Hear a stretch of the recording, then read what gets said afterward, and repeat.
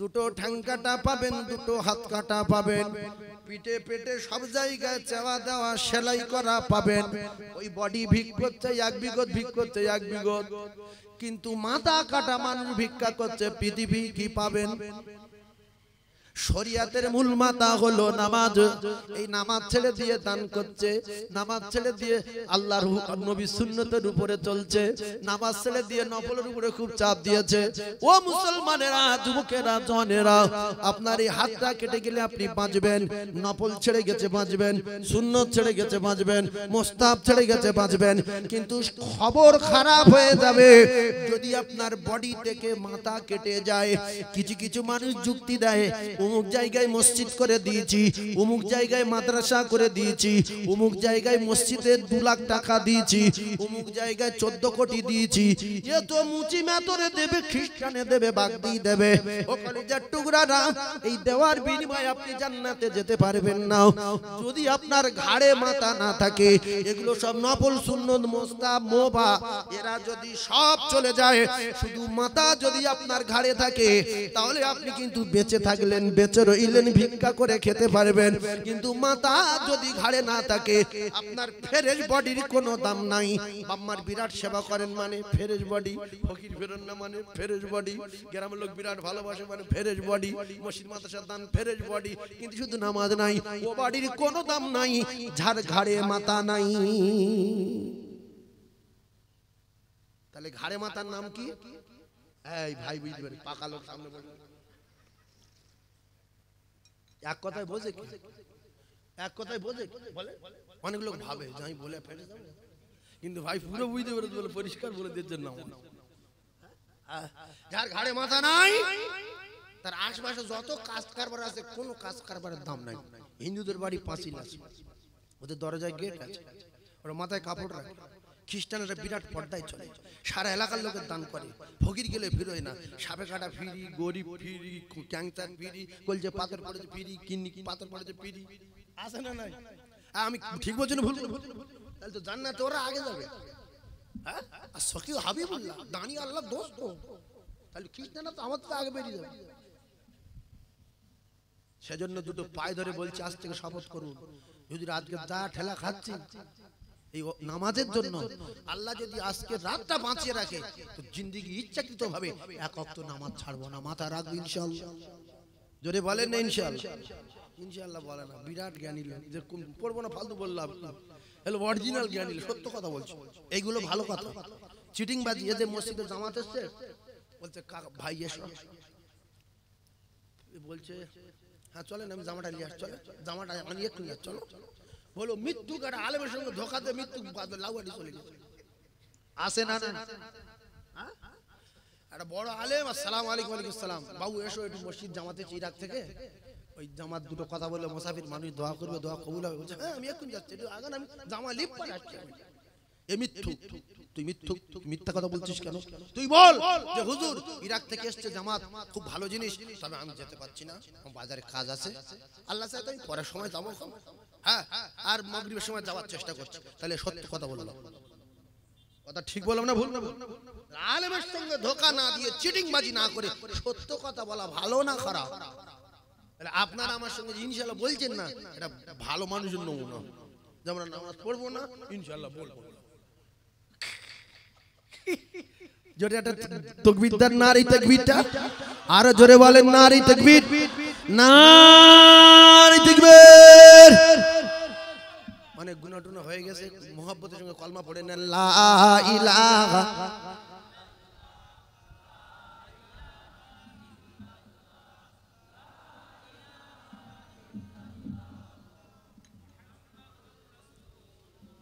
উর গেলে মান সারা,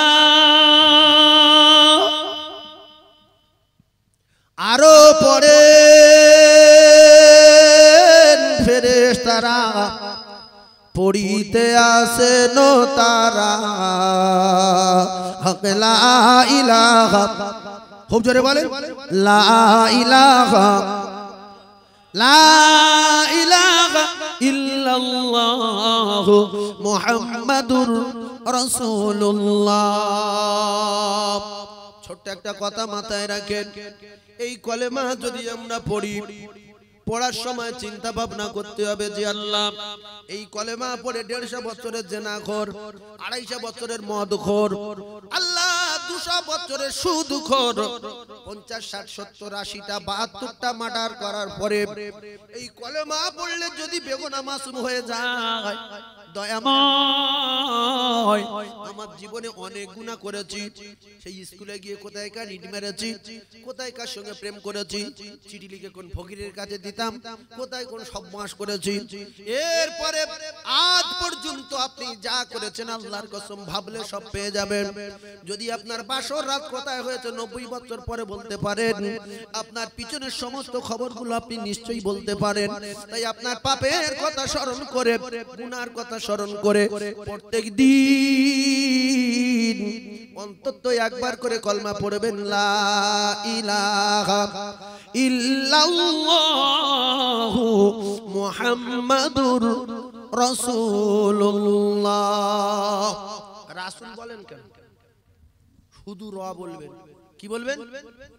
শুধু রাসূল বলবেন, মুহাম্মাদুর শুধু রাসূলুল্লাহ, রয় আকার দেওয়া যাবে না। লা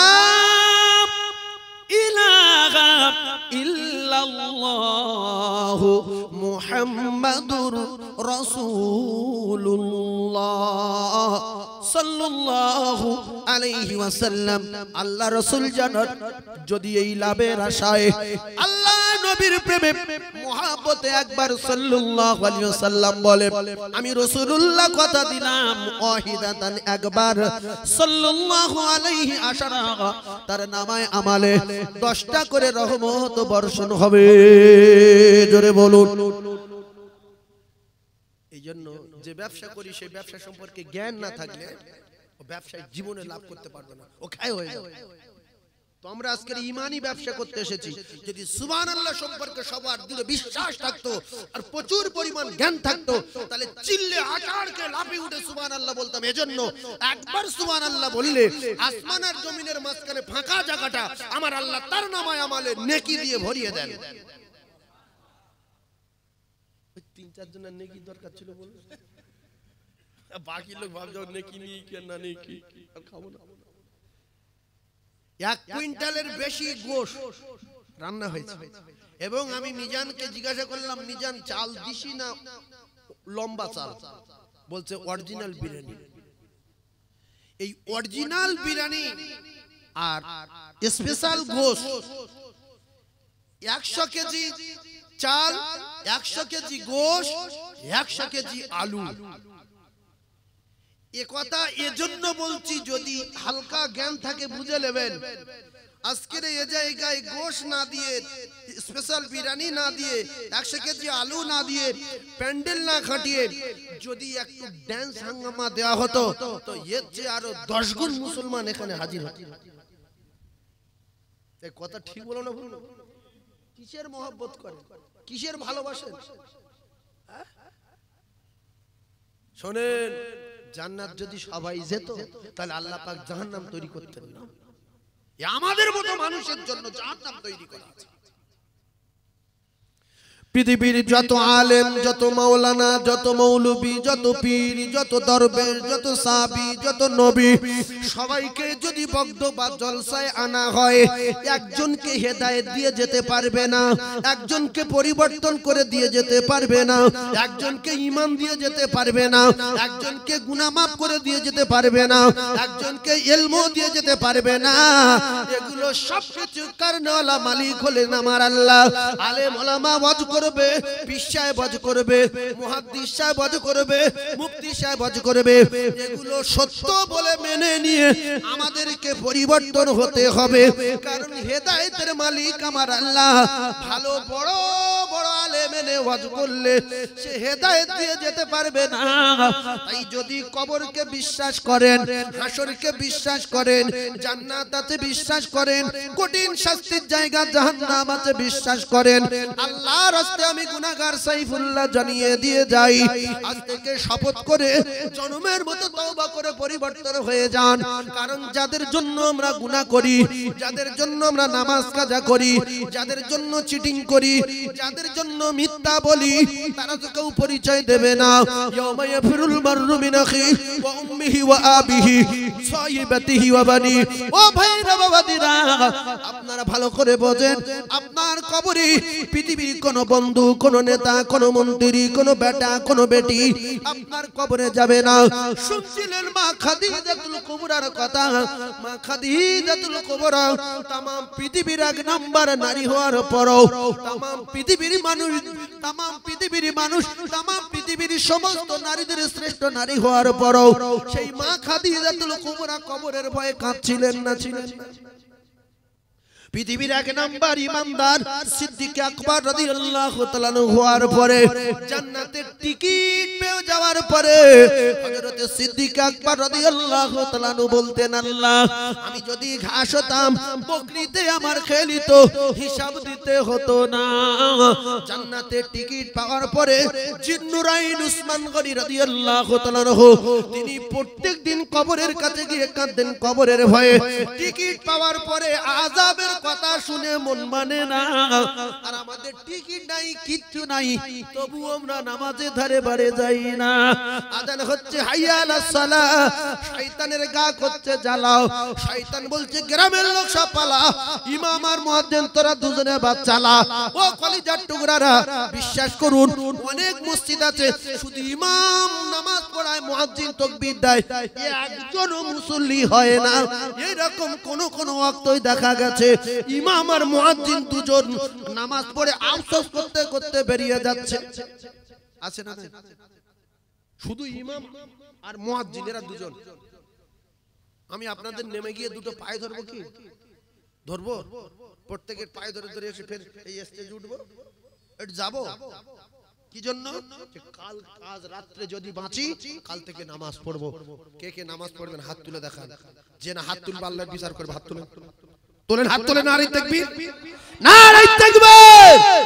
আল্লাহ যে কটা হাত তুলেছে, আমার আল্লাহ ছবি করেছে না করেনি? আল্লাহর ক্যামেরায় ধরা পড়েছে না পড়েনি? এখানে ফেরেশতা আছে না নাই? তাহলে নামাজ পড়লে আপনার লাভ হবে না লস হবে? লাভ হবে। আমি আপনার আমার ভাই বলে তাই আমি আপনাদেরকে এই নামাজের জন্য বললাম, কারণ রাসূলুল্লাহ জানিয়েছেন কুল্লু মুসলিমিনা ইখওয়া, तमाम বিশ্বের মুসলমান মুসলমানের ভাই, জানের ভাই, কলিজার ভাই, কলেমার ভাই। জোরে বলুন সুবহানাল্লাহ। আপনার আমার ভাই না? তাহলে আমার একটা ভাই জাহান্নামে যাবে, আমি ভাইয়ের জাহান্নাম থেকে বাঁচিয়ে আনার জন্য কিছু বলবো না? জোরে বলে। কলিজার টুকরা ভাইয়েরা আমার, মুসলমানেরা, যুবকেরা, জওয়ানেরা, খুব ভালো করে বোঝার চেষ্টা করুন। আমরা সবাই দুনিয়ার জমিন ছেড়ে চলে যাব, কোনো কায়দায় বাঁচবো না। তবে আমি জওয়ানদের একটা কথা বলি, ও কলিজার টুকরা জওয়ানেরা শুনে রেখে দাও। হয়তো ভাবছি বয়স এখন 17 বছর, আর 17 বছর লবো, তারপরে নামাজ পড়বো, কিন্তু আর 5টা বছর পরে নামাজ পড়বো, আর 2 বছর পরে নামাজ পড়বো। ও কলিজার টুকরা যুবক, তুমি তো জানো বাবু, আল্লাহ পাক জওয়ানি হিসাব নেবেন প্রথমে। বল জওয়ানি কোথায় কাটিয়েছিস তুই বল। কলিজার টুকরা জওয়ানেরা, নামাজ পড়ি করে পড়লাম না। গত দিনে আমাদের বাসন্তীতে একটা মুরব্বি গোসরে মানুষ সাইকেল নিয়ে যেতে যেতে রাস্তায় স্পটে ডেড হয়ে গেল।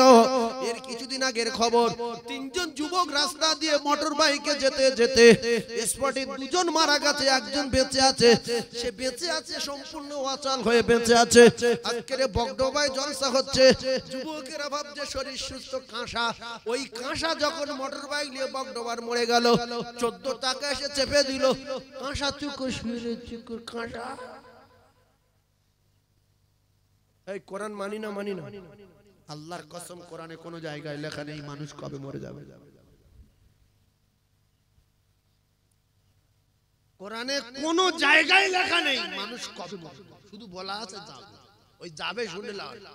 আর আজরাইল প্রত্যেকদিন প্রত্যেকটা মানুষের কাছে 5 বার করে আসে, কলিজায় লিখে রাখে, এসে বলে তুই মদ খাস আর গাঁজা খাস, নামাজ পড়ি না পড়ি, শুধু রেডি রেডি।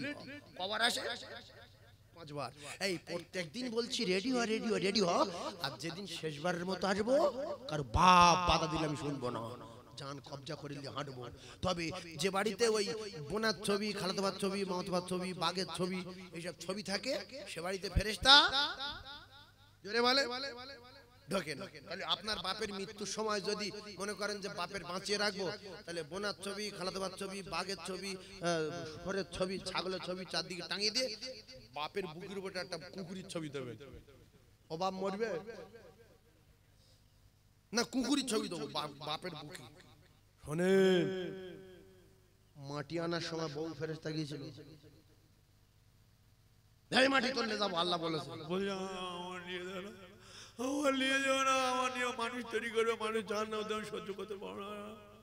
কাঁদছে, ছেড়ে দিল, ফের একজন গেল, কাঁদছে, ছেড়ে দিল, ফের একজন গেল, কাঁদছে, ছেড়ে দিল। আজরাইল লাস্টে বলছে কোনো কান্না ফান্না আমি শুনি না, আমার নাম আজরাইল। কাবলা মেরে ধরেছে, সব করতে নিয়ে চলে গেছে। আল্লাহ বলছে নিয়ে এসছো? বলছে হ্যাঁ। বলছে তাহলে এই দায়িত্ব তোমার দেবো, এই মাটি মানুষ তৈরি করবো, আর বাচ্চা, বুড়ো, চোন, রাজা, বাদশা, মাওলানা, মৌলবি, মুফতি, মুহাদ্দিস, শাইখুল হাদিস, এমপি, এমএলএ সবার যখন অর্ডার দেবো, চো করে ধরে শাহ করে চলে আসবে। এই মালাকুল মউত চো করে আসেন আসেন। এই জন্য মা বেঁচে আছে, বাচ্চা মারা গেছে। এরা নজির আছে না মিথ্যা বলছে? মা বেঁচে আছে, বাচ্চা মারা গেছে, বাপ বেঁচে আছে, বেটা মারা গেছে। সেই জন্য যুবকদের দুটো পায়ে ধরে বলছে আল্লাহর কসম, তোমাদের জওয়ানি ইবাদত আল্লাহ খুব পছন্দ করে। বুড়োদের ইবাদত হচ্ছে জওয়ানের ইবাদত, আল্লাহ বড়ই পছন্দ করে। বুড়োর একবার সুবহানাল্লাহ, বুড়োর 70 বার সুবহানাল্লাহ, জওয়ানের একবার সুবহানাল্লাহ। আল্লাহু আকবার, আল্লাহু আকবার। সেরকম যুবকদের বলবো, চো করে মরে গেলে 10 টাকা চলে যাবে, আর জীবনে নামাজ পড়া হবে না। সেজন্য আমি আপনাদের হাতে এবং পায়ে ধরে বলছি, আল্লাহ যদি মৃত্যু না দেয়, আগামী কাল থেকে নামাজ পড়বো। তবে যারা নামাজ পড়বে শুনে রেখে দাও, কলিজার টুকরা ভাইরা আমার, নামাজ পড়তে গেলে কিন্তু কোরআন শরীফ জানা লাগে। এই আপনারা যে কজন এখানে বসে আছেন, নামাজ পড়বেন, নামাজ পড়বেন, নামাজ পড়ার সময় গজল বললে নামাজ হবে? যে আল্লাহ আমি তো কোরআন শিখতে পারিনি, গরিব মানুষ, একটা গজল বলছি, আল্লাহু আকবার। ওই আরশ পাকের তারা খসে নেমে এসেছে, আর আল্লাহ তাআলা রহমতেরই দুয়ার খুলেছে। ওগো আল্লাহ তাআলা রহমতেরই দুয়ার খুলেছে। আল্লাহু আকবার। নামাজ হবে?